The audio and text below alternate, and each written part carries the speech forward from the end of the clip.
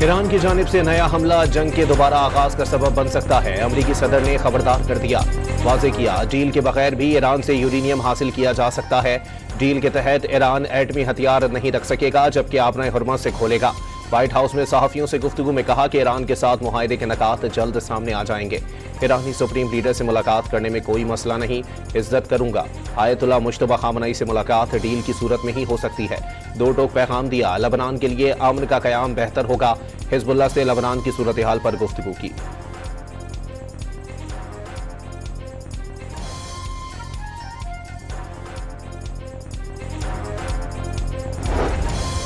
امریکہ اور اسرائیل میدان جنگ میں ناکامی کے بعد ایران میں اختلافات کی سازشوں پر اتر آئے۔ عوام استحکامات اور اتحاد کے ساتھ صورتحال کا مقابلہ کریں۔ سپریم لیڈر آیت اللہ مجتبی خامنئی کا قوم کے نام تحریری پیغام، کہا کہ جابر نظام کی قیادت کرنے والا امریکہ مضبوط اور آزاد ایران قبول نہیں کرے گا۔ ایران پر ہائبرڈ جنگ مسلط کر دی گئی تاکہ عوام کا حکومت پر اعتماد کمزور ہو۔ بد اعتمادی پھیلانے والے ملک دشمنوں کے اعلی کار قرار۔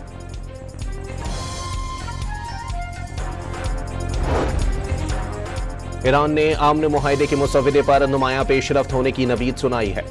نائب وزیر خارجہ کاظم غریب آبادی نے مہر نیوز ایجنسی کو انٹرویو میں کہا کہ پیش رفت کے باوجود اس وقت کوئی حتمی ٹائم فریم ورک نہیں بتا سکتے۔ واضح کیا ایسے معاہدے کو حتمی شکل دیں گے جو ایرانی مفادات کا تحفظ یقینی بنانے کی صلاحیت رکھتا ہو۔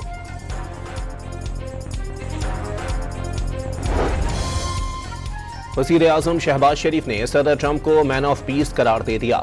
بروقت مداخلت سے پاک بھارت جنگ بندی ہوئی، لاکھوں لوگوں کی جانیں بچانے پر امریکی صدر کے مشکور ہیں۔ شہباز شریف کا امریکہ کی 250ویں سالگرہ کی تقریب سے خطاب۔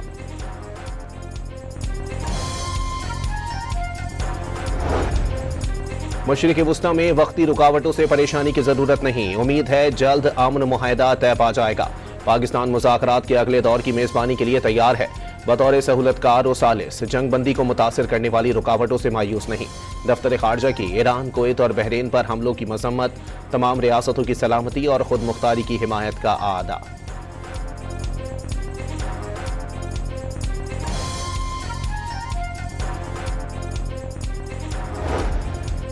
آبنائے حرمت میں راہداری ٹیکس نہیں، سروس چارجز لینا چاہتے ہیں، عمان کے ساتھ مل کر خدمات کے بدلے معاوضہ لیں گے۔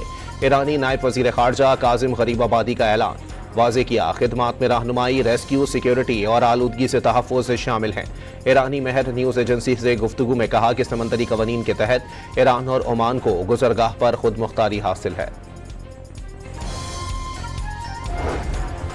جنگ بندی پر اتفاق کے فوری بعد اسرائیل کے جنوبی لبنان پر کئی حملے، 24 گھنٹوں میں مزید 9 لبنانی شہید۔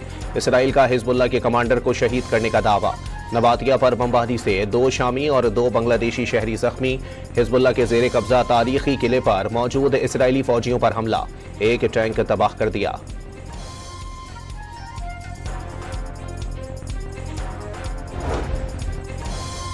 حزب اللہ کے سربراہ نعیم قاسم نے لبنان اسرائیل جنگ بندی مسترد کر دی۔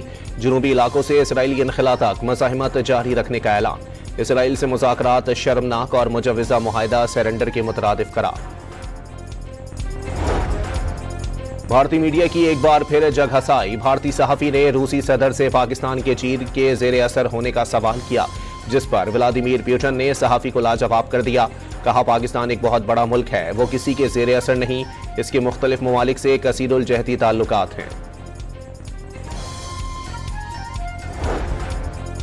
روس کے یوکرین میں مختلف مقامات پر ڈرون اور میزائل حملے، مقامی حکام کے مطابق حملوں میں کم از کم 12 افراد مارے گئے اور درجنوں زخمی ہوئے۔